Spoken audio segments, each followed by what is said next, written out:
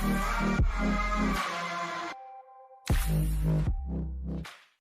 Friends, welcome back to caliber English. இன்றைக்கி இந்த லெசனில் நம்ம என்ன தொடங்க போகிறோம் அப்படின்னா வெக்காபுலரி வீக் அப்படின்னு சொல்லிட்டு ஒன்று தொடங்க போகிறோம். நம்ம ஏற்கனவே வெக்காபுலரி வீக் அப்படின்னு சொல்லி தொடங்கி கிட்டத்தட்ட பார்த்தீங்கன்னா 10 days பார்த்தீங்கன்னா ஒவ்வொரு நாளும் 10 வெக்காபுலரிஸ் அப்படின்ற கணக்கில் கிட்டத்தட்ட 10 நாட்களில் 100 வெக்காபுலரிஸ் கற்றுருக்கோம். அதே போல் பார்த்தீங்கன்னா இந்த வாரமும் இந்த வெக்காபுலரி வீக்கில் ஒவ்வொரு நாளும் 10 வெக்காபுலரிஸ் கற்றுப்போம். அப்போ ஒரு வாரத்துக்கு 7 நாட்கள். அப்போ at the end of the week கிட்டத்தட்ட நம்ம 70 வெக்காபுலரிஸ் கற்றுருப்போம். இப்போ இந்த வெக்காபுலரிஸ் எல்லாமே ரொம்ப பேசிக் லெவல்லையும் இருக்காது, ரொம்ப அட்வான்ஸ்ட் லெவல்லையும் இருக்காது, கிட்டத்தட்ட இன்டர்மீடியட் லெவலில் தான் இருக்கும். ஸோ இது எல்லாத்தையுமே நீங்கள் தொடர்ந்து கற்றுக்குங்க. ஒவ்வொரு வெக்காபுலரிக்கு பார்த்தீங்கன்னா 4-5 எக்ஸாம்பிள்ஸ் கொடுப்பேன். காரணம் என்னது அப்படின்னா, இந்த வெக்காபுலரிக்கில் நான் தமிழ் மீனிங் என்ன தான் கொடுத்தாலும் கூட இந்த எக்ஸாம்பிள்ஸ்லாம் வாசிக்கும் போது தான் இந்த வெக்காபுலரியோடைய ரியல் மீனிங் வந்து நமக்கு புரியும். ஏன்னா அந்த கான்டெக்ஸ்டில் தான் அந்த வெக்காபுலரியோட பல்வேறு மீனிங்ஸ்லாம் நமக்கு புரியும் அப்படின்ற காரணத்துக்காக தான். ஸோ அதனால் தொடர்ந்து இந்த 7 நாட்கள் இந்த 7 லெசன்ஸ் எல்லாத்தையுமே ஃபுல்லாகவே பாருங்கள். இந்த 70 வெக்காபுலரிஸை கற்றுக்கிட்டு அதை தயவுசெய்து உங்களோட கான்வர்சேஷனில் பயன்படுத்த ஆரம்பிங்க. உங்களோட ஆங்கிலத்துக்கு மெருகூட்டுங்க. இன்றைக்கு நம்ம கற்றுக்க போகிற முதல் வெக்காபுலரி என்னதுன்னா பிலிட்டில். பிலிட்டில் பிலிட்டில் அப்படின்னா சிறுமைப்படுத்துதல் அப்படின்னு அர்த்தம். அதாவது நம்ம பேச்சு மூலமாகவோ அல்லது நம்ம குறை சொல்கிற விதம் மூலமாகவோ ஒரு நபர் அல்லது அவர்கள் செய்யக்கூடிய அந்த செயல்கள்லாம் முக்கியமானது கிடையாது, நல்லது கிடையாது, அல்லது சிறப்பானது கிடையாது அப்படின்ற அளவுக்கு தோண வைக்கிறது அப்படின்னு அர்த்தம். இதுக்கு சில எக்ஸாம்பிள்ஸ்லாம் பார்க்கலாம். அவர்களை சிறுமைப்படுத்தாதீர்கள் அப்படின்றத don't belittle them, don't belittle them அப்படின்னு சொல்லலாம். யாரையும் சிறுமைப்படுத்தாதீர்கள் அப்படின்னு சொல்வோம். அதை நம்ம இங்கிலீஷில் don't belittle anyone, don't belittle anyone அப்படின்னு சொல்லலாம். அவள் சக ஊழியர்களை சிறுமைப்படுத்துகிறாள் அப்படின்னு சொல்லுவோம். அதை நம்ம இங்கிலீஷில் she belittles her colleagues, she belittles her colleagues அப்படின்னு சொல்லலாம். அவர் எப்பொழுதும் என் முயற்சிகளை சிறுமைப்படுத்துகிறார் அப்படின்றத he always belittles my efforts, he always belittles my efforts அப்படின்னு சொல்லலாம். உங்கள் சாதனையை சிறுமைப்படுத்த, அதாவது குறைத்து மதிப்பிட உங்கள் கணவரை அனுமதிக்காதீர்கள் அப்படின்றத don't allow your husband to belittle your achievement, don't allow your husband to belittle your achievement அப்படின்னு சொல்லலாம். இரண்டாவதாக நம்ம கற்றுக்க போகிற வெக்காபுலரி என்னதுன்னா பிளாட். பிளாட்ன்றதுக்கு என்ன மீனிங் அப்படின்னா, ஒரு சர்ஃபேஸில், அதாவது ஒரு மேற்பரப்பில் ஒரு லிக்விட் ஊற்றிருச்சுன்னா, ஒரு திரவம் ஊற்றிருச்சுன்னா, அது தண்ணியாக இருக்கலாம், ஜூஸாக இருக்கலாம், அல்லது காஃபியாக இருக்கலாம், அல்லது இங்காக இருக்கலாம், எதுவாக கூட இருக்கலாம். ஒரு மென்மையான தாளை வச்சோ அல்லது ஒரு துணியை வச்சோ அது மேலே அப்படி ஒத்தடம் கொடுக்குறாப்புல கொடுத்து அதில் உள்ள திரவத்தை வந்து நீக்குதல் அப்படின்னு அர்த்தம். ஸோ இதுக்கு தான் பிளாட்ன்றதுக்கான மீனிங். இப்போ இதுக்கு சில எக்ஸாம்பிள்ஸ் பார்க்கலாம். ஒரு துணியை வைத்து சிந்திய நீரை உறிஞ்சி எடுங்கள் அப்படின்றத blot the spilt water with a cloth, blot the spilt water with a cloth அப்படின்னு சொல்லலாம். ஒரு டிஷ்யூ பேப்பரை வைத்து லிப்ஸ்டிக்கை துடையுங்கள், blot the lipstick with a tissue paper, blot the lipstick with a tissue paper. The third one, garnish. garnish garnish அப்படின்றதுக்கு என்ன meaning அப்படின்னா, ஒரு உணவுப் பொருளை வந்து இன்னொரு உணவுப் பொருள் கொண்டு அழகுபடுத்துதல் அப்படின்னு அர்த்தம். இப்போ எடுத்துக்காட்டுக்கு நம்ம சிக்கன் பிரியாணி செய்கிறோம் அப்படின்னு வச்சுக்கிங்க, அல்லது சிக்கன் 65 பண்ணுறோம் அப்படின்னு கூட வச்சுக்கிங்க. இப்போ இதை வந்து அழகுபடுத்துறதுக்காக மற்றவங்கள்ட்ட வந்து சர்வ் பண்ணுறதுக்கு முன்னாடி கொஞ்சம் அழகுபடுத்துறதுக்காக ஹோட்டல்ஸ்லாம் பார்த்துருப்பீங்க, அல்லது குக்கிங் சேனல்ஸ்லாம் கூட பார்த்துருப்பீங்க இல்லையா. ஸோ அதை அழகுபடுத்துறதுக்காக இன்னொரு உணவுப் பொருட்கள் கொண்டு, அது வந்து அனியனாக இருக்கலாம், அல்லது டொமேட்டோவாக இருக்கலாம், அல்லது கேரட்டாக இருக்கலாம், குக்கும்பராக இருக்கலாம், அல்லது கோரியாண்டர் லீவ்ஸாக கூட இருக்கலாம். ஸோ இதெல்லாம் வச்சு அழகுபடுத்துவாங்க இல்லையா. ஸோ அதுதான் பேசிக்காக உணவுப் பொருட்களை இன்னொரு உணவுப் பொருட்கள் கொண்டு என்ன பண்ணுறது, டெக்கரேட் பண்ணுறது. ஸோ அதுதான் கார்னிஷிங். இதுக்கு சில எக்ஸாம்பிள்ஸ் பார்க்கலாம். வறுத்த கோழியை வெங்காயம் மற்றும் எலுமிச்சை துண்டுகளால் அலங்கரியுங்கள் அப்படின்னு சொல்லுவோம். Garnish the fried chicken with raw onion and lemon slices. Garnish the fried chicken with raw onion and lemon slices. உணவு தயாராக உள்ளது, அதை கொஞ்சம் வெள்ளரி மற்றும் கொத்தமல்லி கொண்டு அலங்கரிக்கிறேன் அப்படின்றத The food is ready, but let me garnish it with some cucumber and coriander. The food is ready, but let me garnish it with some cucumber and coriander அப்படின்னு சொல்லலாம். பரிமாறும் முன் இந்த உணவை கொத்தமல்லி கொண்டு அலங்கரிக்கவும் அப்படின்னு சொல்லுவோம். அதை நம்ம இங்கிலீஷில் garnish the dish with coriander before serving. Garnish the dish with coriander before serving அப்படின்னு சொல்லலாம். Number 4, familiarize. Familiarizeன்றதுக்கு மீனிங் என்னது அப்படின்னா ரெண்டு விதமான மீனிங் இருக்குது. ஸோ இதை வந்து நம்ம ட்ரான்சிட்டிவ் வேர்பாகவும் பயன்படுத்தலாம், இன்ட்ரான்சிட்டிவ் வேர்பாகவும் பயன்படுத்தலாம். அதாவது நமக்கு தெரியாத விஷயத்தை கற்றுக்கொள்ளுதல் அப்படின்ற மீனிங் இருக்குது, மற்றவர்களுக்கு தெரியாத ஒரு விஷயத்தை கற்றுக் கொடுத்தல் அப்படின்ற மீனிங் இருக்குது. நம்மையே நாம் ஒரு விஷயத்துக்கு பழக்கப்படுத்தி கொள்ளுதல் அப்படின்ற மீனிங் இருக்குது, மற்றவர்களை வந்து ஒரு விஷயத்துக்கு பழக்கப்படுத்துதல் அப்படின்ற மீனிங் இருக்குது. அவங்க மொத்தம் இதனுடைய மீனிங் என்னதுன்னா தெரியாத ஒரு பொருள் அல்லது தெரியாத ஒரு விஷயத்தை நமக்கு நாமளே தெரிவித்து கொள்ளுதல் அப்படின்ற மீனிங் இருக்குது, அல்லது மற்றவர்களுக்கு தெரிவித்தல் அப்படின்ற மீனிங் இருக்குது. ஃபார் எக்ஸாம்பிள், உங்கள் சக ஊழியர்களுடன் உங்களை பழக்கப்படுத்தி கொள்ளுங்கள் அப்படின்றத familiarize yourself with your colleagues. familiarize yourself with your colleagues அப்படின்னு சொல்லலாம். ஆசிரியர்கள் ஸ்மார்ட் டிவிகளை பற்றி நன்கு தெரிந்து கொள்ள வேண்டும் அப்படின்றத teachers need to familiarize themselves with the smart TVs. Teachers need to familiarize themselves with the smart TVs அப்படின்னு சொல்லலாம். நான் புதிய சூழலுடன் பழக முயற்சிக்கிறேன் அப்படின்றத I am trying to familiarize myself with the new surroundings. I am trying to familiarize myself with the new surroundings அப்படின்னு சொல்லலாம். இந்த புதிய தொழில்நுட்பத்தை நான் அறிந்து கொள்ள வேண்டும் அப்படின்றத I need to familiarize myself with this new technology. I need to familiarize myself with this new technology அப்படின்னு சொல்லலாம். நான் மெல்ல மெல்ல அக்கம் பக்கத்தினருடன் பழகி வருகிறேன் அப்படின்றத I've been slowly familiarizing myself with the neighborhood. I've been slowly familiarizing myself with the neighborhood அப்படின்னு சொல்லலாம். புதிய சட்டங்களை மக்களுக்கு அறிமுகப்படுத்துவதே இந்த திட்டத்தின் நோக்கமாகும் அப்படின்றத The aim of this project is to familiarize the people with the new laws. The aim of this project is to familiarize the people with the new laws அப்படின்னு சொல்லலாம்.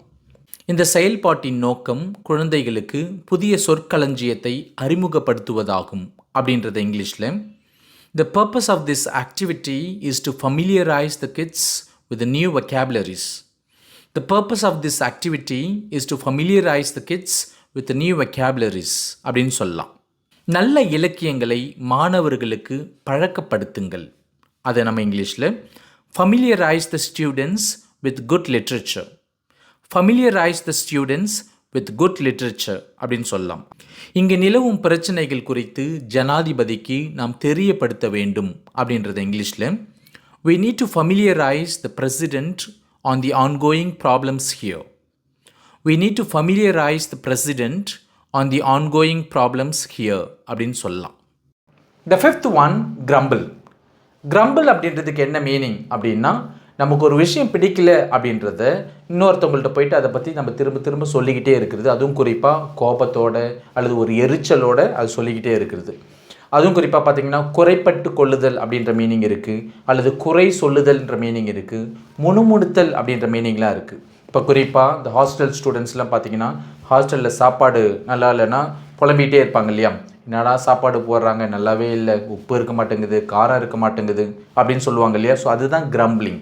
அல்லது ஸ்கூலில் படிக்கிற பசங்க என்னடா இந்த ஸ்கூலில் எப்போ பாரு ஹோம்ஒர்க் கொடுத்துட்டே இருக்கிறாங்க, ரொம்ப ஃபீஸ் அதிகமாக வாங்குறாங்க, ஆனால் ஒழுங்காக டீச் பண்ண மாட்டேங்கிறாங்க அப்படின்னு சொல்லிட்டு அவங்களுக்குள்ளேயே புலம்பிக்கிட்டே இருப்பாங்க இல்லையா, கிரம்பிள் பண்ணிகிட்டு இருப்பாங்க. ஸோ இதை தான் நம்ம இங்கிலீஷில் கிரம்பிளிங் அப்படின்னு சொல்கிறோம். இதுக்கு சில எக்ஸாம்பிள்ஸ் பார்க்கலாம். விடுதி உணவு குறித்து மாணவர்கள் எப்போதும் முணுமுணுத்து கொண்டு வருகின்றனர், அதாவது குறை சொல்லி கொண்டு வருகின்றனர் அப்படின்றத இங்கிலீஷில் The students are always grumbling about the hostel food. The students are always grumbling about the hostel food அப்படின்னு சொல்லலாம். அவள் எப்போதும் எதையாவது முணுமுணுத்து கொண்டே இருப்பாள், அதாவது குறை சொல்லி கொண்டே இருப்பாள் அப்படின்றது She is always grumbling about something. She is always grumbling about something அப்படின்னு சொல்லலாம். முணுமுணுப்பது அதாவது குறை சொல்வது என் இயல்பில் இல்லை அப்படின்னு சொல்லுவோம். அதை நம்ம இங்கிலீஷில் It's not in my nature to grumble. It's not in my nature to crumble அப்படின்னு சொல்லலாம். தயவு செய்து எல்லாவற்றையும் பற்றி முணுமுணுப்பதை நிறுத்துவீர்களா அப்படின்னு சொல்லுவோம். அதை நம்ம இங்கிலீஷில் will you please stop grumbling about everything, will you please stop grumbling about everything அப்படின்னு சொல்லலாம். Number 6 skid. skid அப்படின்றதுக்கு என்ன மீனிங் அப்படின்னா, குறிப்பாக அந்த வாகனங்களை பற்றிலாம் பேசும்போது, குறிப்பாக டூ வீலர்ஸ் பற்றி பேசும்போதெல்லாம் பார்த்தீங்கன்னா, இந்த ரோட்லலாம் தண்ணி இருந்துச்சுன்னா அல்லது சேரும் சகதியமாக இருந்துச்சுன்னா அப்படியே திடீர்னு கட்டுப்பாடு இருந்து சறுக்கி விட்டுரும் இல்லையா. ஸோ சறுக்கி விழுதல் அப்படின்னு அர்த்தம். அப்போ ஸ்கிட்ன்றதுக்கு என்ன மீனிங்னா, திடீரென்று கட்டுப்பாடு எழுந்து சறுக்கி விழுதல் அப்படின்னு அர்த்தம். ஃபார் எக்ஸாம்பிள், சேறு நிறைந்த சாலையில் என் பைக் சறுக்கி விட்டது அப்படின்னு சொல்லுவோம். அதை நம்ம இங்கிலீஷில் my bike skidded on the slushy road, my bike skidded on the slushy road அப்படின்னு சொல்லலாம். நான் பனியில் சறுக்கி கீழே விழுந்தேன் அப்படின்றது I skidded on the ice and fell down, I skidded on the ice and fell down அப்படின்னு சொல்லலாம். Number 7 sightsee. Sightsee அப்படின்றது ஒரு வேர்ப். அதுக்கு என்ன மீனிங் அப்படின்னா, இடங்களை சுற்றி பார்த்தல் அப்படின்னு அர்த்தம். குறிப்பாக மன மகிழ்ச்சிக்காக கண்கவர் இடங்களை சுற்றி பார்த்தல். அதுலேயும் குறிப்பாக பார்த்தீங்கன்னா விடுமுறை நாட்களில் போய் சுற்றி பார்த்தல் அப்படின்னு அர்த்தம். ஃபார் எக்ஸாம்பிள், நாங்கள் ஊட்டிக்கு சுற்றி பார்க்க சென்றோம் அப்படின்றத we went to sight see in Ooty, we went to sight see in ஊட்டி அப்படின்னு சொல்லலாம். அப்படி இல்லைனா we went to Ooty to sight see, we went to Ooty to sight see அப்படின்னு சொல்லலாம். கோடை காலத்தில் ஊட்டிக்கு சுற்றி பார்க்க செல்வோர் அதிகம் அப்படின்றத in the summer more people go to sight see in Ooty, in the summer more people go to sight see in ஊட்டி அப்படின்னு சொல்லலாம். நாங்கள் கொடைக்கானலில் சுற்றி பார்க்க ஒரு காரை வாடகைக்கு எடுத்தோம். We hired a car to sightsee in Kodaikanal, we hired a car to sightsee in Kodaikanal. நாம் இங்கு சுற்றி பார்க்க வரவில்லை, நாம் வணிக பயணத்தில் இருக்கிறோம். சிலர் பார்த்திங்கன்னா பிஸ்னஸ் ட்ரிப்புக்கு போயிருப்பாங்க. ஆனால் அங்கே போயிட்டு சுற்றி பார்க்கணுன்னு ரொம்ப ஆசைப்படுவாங்க, அல்லது அதில் நேரத்தை அதிகமாக செலவு பண்ணுவாங்க. அப்போ நம்ம கோபமாக அவங்கள்ட்ட சொல்லுவோம் இல்லையா, நம்ம இங்கே சுற்றி பார்க்க ஒன்றும் வரல, நம்ம பிஸ்னஸ் ட்ரிப்பில் இருக்கோம் அப்படின்னு சொல்லுவோம். அதை நம்ம இங்கிலீஷில் we haven't come here to sightsee, we are on a business trip, we haven't come here to sightsee, we are on a business trip அப்படின்னு சொல்லலாம். சுற்றி பார்க்க எனக்கு அதிக நேரம் இல்லை அப்படின்றத I don't have much time to sightsee, I don't have much time to sightsee. இதே நம்ம past டென்ஸில் I didn't have much time to sightsee, I didn't have much time to sightsee அப்படின்னு சொல்லலாம். Number 8 hush. ஹஷ் அப்படின்றது ஒரு verb. அதுக்கு என்ன மீனிங்னா, அமைதியாக இருப்பது அப்படின்ற ஒரு மீனிங் இருக்குது, அல்லது அமைதிப்படுத்துவது அப்படின்ற மீனிங்கும் இருக்குது. இப்போ எடுத்துக்காட்டுக்கு பேசாமல் அமைதியாக இருக்கிறது, இது ஒரு மீனிங். அதே போல் சிலர் பார்த்தீங்கன்னா பேசிட்டு இருக்கிறவங்கள அல்லது அழுதுகிட்டு இருக்கிறவங்கள அல்லது கற்றுக்கிட்டு இருக்கிறவங்கள பேசாமல் இருக்கும்படி சொல்லுதல் அப்படின்ற மீனிங் இருக்குது. இதுக்கு சில எக்ஸாம்பிள்ஸ் பார்க்கலாம். நீதிபதி உள்ளே வரும்போது அவர்கள் அமைதியாகிவிட்டனர் அப்படின்றத they hushed as the judge walked in, they hushed as the judge walked in அப்படின்னு சொல்லலாம். நீதிபதி பார்வையாளர்களை அமைதிப்படுத்தினார் அப்படின்றத the judge hushed the spectators, the judge hushed the spectators அப்படின்னு சொல்லலாம். அந்த பெண் தன் குழந்தையை அமைதிப்படுத்த முயற்சிக்கிறாள் அப்படின்னு சொல்லுவோம். இப்போ எடுத்துக்காட்டுக்கு கோயிலில் எல்லாமே வேண்டிக்கிட்டு இருக்கும்போது குழந்தைங்கள்லாம் கற்றுனாங்கன்னா ஷூ பேசக்கூடாது பேசக்கூடாது அப்படின்னு சொல்லுவாங்க இல்லையா.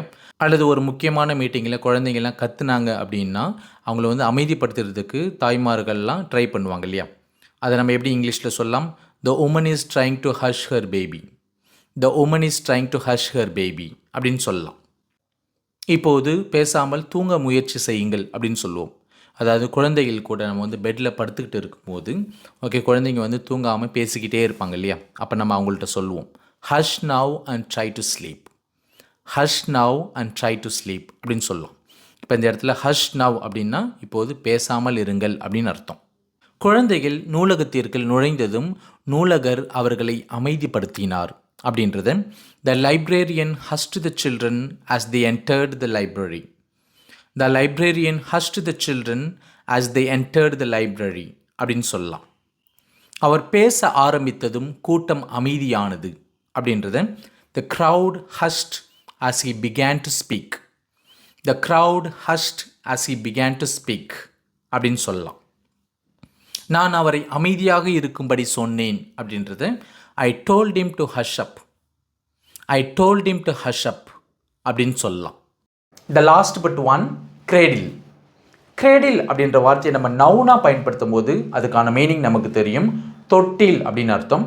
இந்த வார்த்தையை நம்ம வேர்பாக பயன்படுத்தும் போது அதுக்கான மீனிங் என்னது அப்படின்னா ஒரு நபரையோ, அது குழந்தையாக கூட இருக்கலாம், அல்லது ஒரு பொருளையோ நம்மளோட கரங்களில் ரொம்ப கவனத்தோட, ரொம்ப மென்னயத்துடன், அதாவது ரொம்ப ஜென்டிலாக, ரொம்ப சாஃப்டாக, ரொம்ப ஸ்மூத்தாக அவங்கள கைகளில் தாங்கி பிடிச்சிட்டு இருக்கிறது, அல்லது ஏந்தி இருத்தல் அப்படின்னு அர்த்தம். அதாவது நம்ம கரங்களில் இருக்கிறவங்களுக்கு என்ன ஒரு ஃபீலிங் நம்ம கொடுப்போம் அப்படின்னா அவங்க ஒரு தொட்டிலில் இருக்கிறா போல் அவங்களுக்கு ஒரு ஃபீலிங்கை கொடுப்போம். ஸோ இதை தான் நம்ம இங்கிலீஷில் கிரேடில் அப்படின்னு சொல்கிறோம். ஃபார் எக்ஸாம்பிள், அவள் குழந்தையை தன் கைகளில் தாங்கி பிடித்துள்ளாள் அப்படின்றது she is cradling the baby in her arms. she is cradling the baby in her arms அப்படின்னு சொல்லலாம். காயப்பட்டவரின் தலையை அவர் கைகளில் தாங்கி பிடித்துள்ளார் அப்படின்றது he is cradling the injured man's head in his arms. he is cradling the injured man's head in his arms அப்படின்னு சொல்லலாம். the last one, gratify. கிராட்டிஃபை அப்படின்றது ஒரு வேர்ப். அதுக்கான மீனிங் என்னதுன்னா ஒரு நபருக்கு மன மகிழ்ச்சி அளித்தல், அல்லது மன நிறைவு அளித்தல், திருப்திப்படுத்துதல், நிறைவேற்றுதல், பூர்த்தி செய்தல் அப்படின்ற மீனிங்லாம் இருக்குது. தூய தமிழில் பார்த்தீங்கன்னா உவகை அளித்தல் அப்படின்னு சொல்லலாம். இதுக்கு சில எக்ஸாம்பிள்ஸ் பார்க்கலாம். உங்கள் வருகையால் நாங்கள் மகிழ்ச்சி அடைகிறோம் அப்படின்றத we are gratified by your presence. we are gratified by your presence அப்படின்னு சொல்லலாம். உங்கள் அழைப்பினால் நாங்கள் மகிழ்ச்சி அடைகிறோம் அப்படின்னு சொல்லுவோம். அதை நம்ம இங்கிலீஷில் we are gratified by your invitation. we are gratified by your invitation அப்படின்னு சொல்லலாம். பணத்தால் என்னை திருப்திப்படுத்த முடியாது அப்படின்னு சொல்லுவோம். அதை நம்ம இங்கிலீஷில் you can't gratify me with money. you can't gratify me with money அப்படின்னு சொல்லலாம். இந்த இடத்துல gratifyன்றதுக்கு மீனிங் திருப்திப்படுத்துதல் அப்படின்னு அர்த்தம். முகஸ்துதியால் என்னை திருப்திப்படுத்த முயற்சிக்காதீர்கள் அப்படின்னு சொல்லுவோம். அதை நம்ம இங்கிலீஷில் don't try to gratify me with flattery. Don't try to gratify me with flattery அப்படின்னு சொல்லலாம். அவர் என் விருப்பங்களை நிறைவேற்ற முயற்சிக்கிறார் அப்படின்னு சொல்லுவோம். அவர் என் விருப்பங்களை நிறைவேற்ற முயற்சிக்கிறார். அதை நம்ம இங்கிலீஷில் he is trying to gratify my wishes.